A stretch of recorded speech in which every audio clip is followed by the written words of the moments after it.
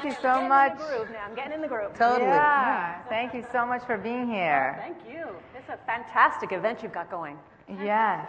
So I love your concept, the rich woman philosophy. Yes. And I was reading some things about it, and you'd mentioned that, you know, many women say that I have richness in my life, that I have a rich family, and I have all the richness that I want. Look at all those cameras. and then they say all of that, paparazzi. And they weren't doing that when me and you were out here. Whatever.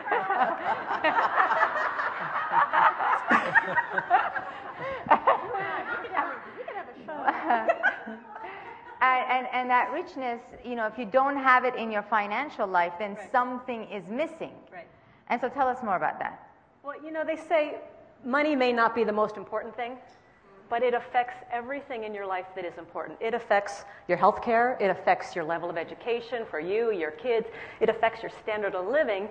And unfortunately, for so many women, what happens is, especially as we get older, they don't make their financial life a priority until they have what I call a wake-up call. You know, a divorce, a death of a spouse, an illness, a job layoff, and then they go, oh my God, now what do I do? And so many women find themselves in a financial crisis.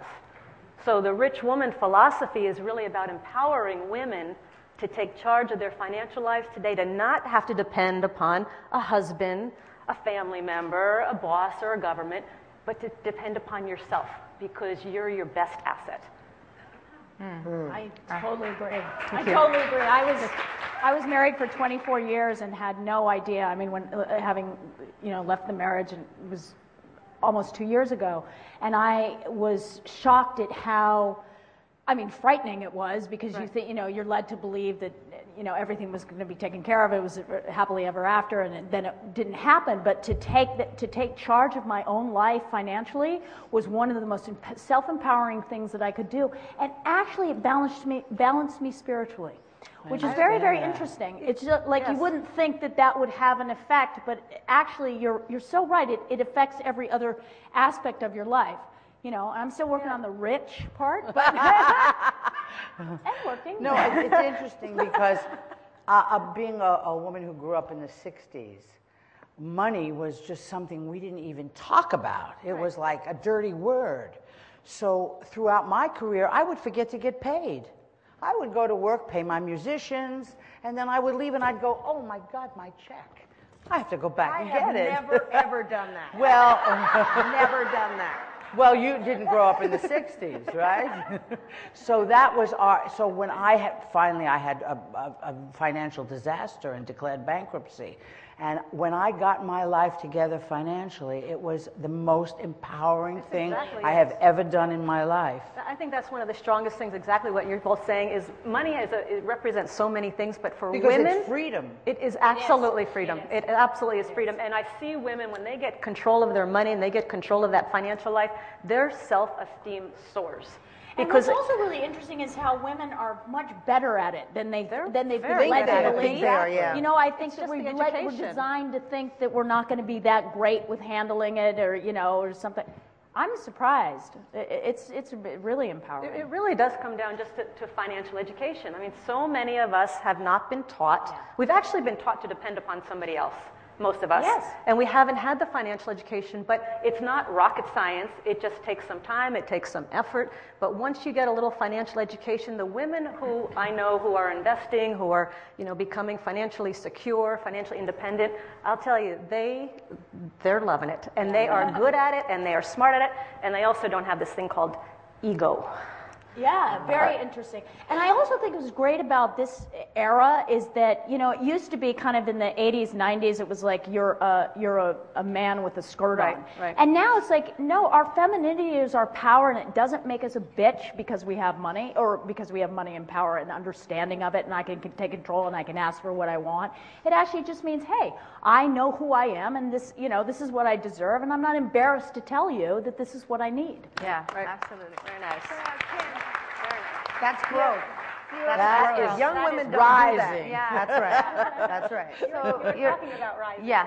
That growth thing is exactly it. It's when you get to a point where you have to cross that line.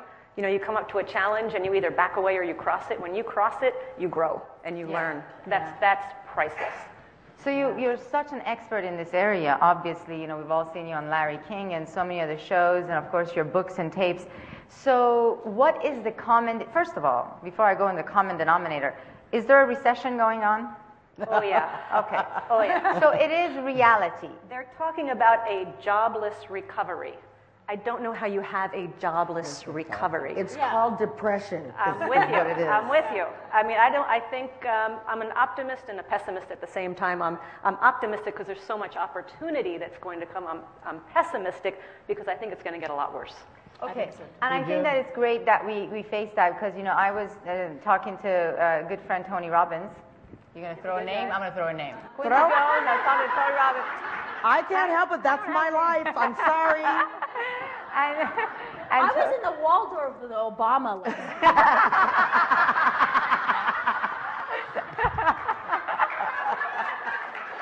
I dated Frank Sinatra.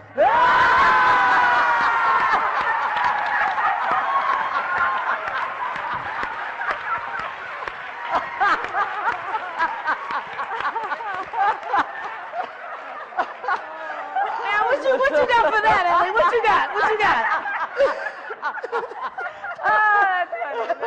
that's funny. You go, Ellie. All right. She don't have nothing to say to that, right?